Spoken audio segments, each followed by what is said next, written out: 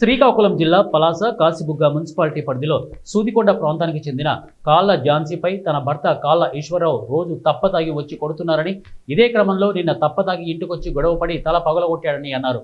బాధితురాలు దినసరి కూలీ చేస్తూ పిల్లలను పోషించుకుంటే తన భర్త మాత్రం పనికి వెళ్లకుండా తిరిగి తను సంపాదించిన డబ్బులను తీసుకొని తాగుతూ ఊర్లో ఉన్న వాళ్ళతో కూడా గొడవలు పెట్టుకుంటూ ఇంటికొచ్చి తనను మానసికంగాను శారీరకంగాను హింసిస్తూ ఉంటాడని, ఇదే విషయంపై పోలీస్ స్టేషన్లో కంప్లైంట్ ఇచ్చినా సరే పట్టించుకోవడం లేదని, తన భర్తతో తనకు ప్రాణహాని ఉందని, తనను రక్షించాలని బాధితురాలు మీడియా సమక్షంలో తన గోడకు వెళ్లబుచ్చుకుంది.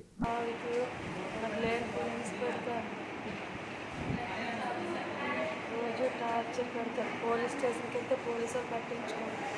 రోజు తాగి చచ్చి పడతారు. అద్దెంట్లో నన్ను అద్దెంటికి వచ్చి గొడవ పెడతాడు. నేను ఏ పనికి వెళ్ళినా సరే అక్కడికి వచ్చి టార్చర్ చేస్తాను. ఇప్పుడు నేను ఏ పనికి పోటీకి వెళ్ళకుండా ఇంటి దగ్గర ఉంటున్నాను.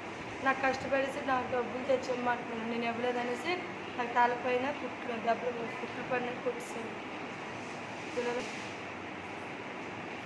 దేంతో కొట్టారు? రాయితో ఎత్తున చూడలేదు, వెనక నుంచి వచ్చి కొట్టిస్తాను.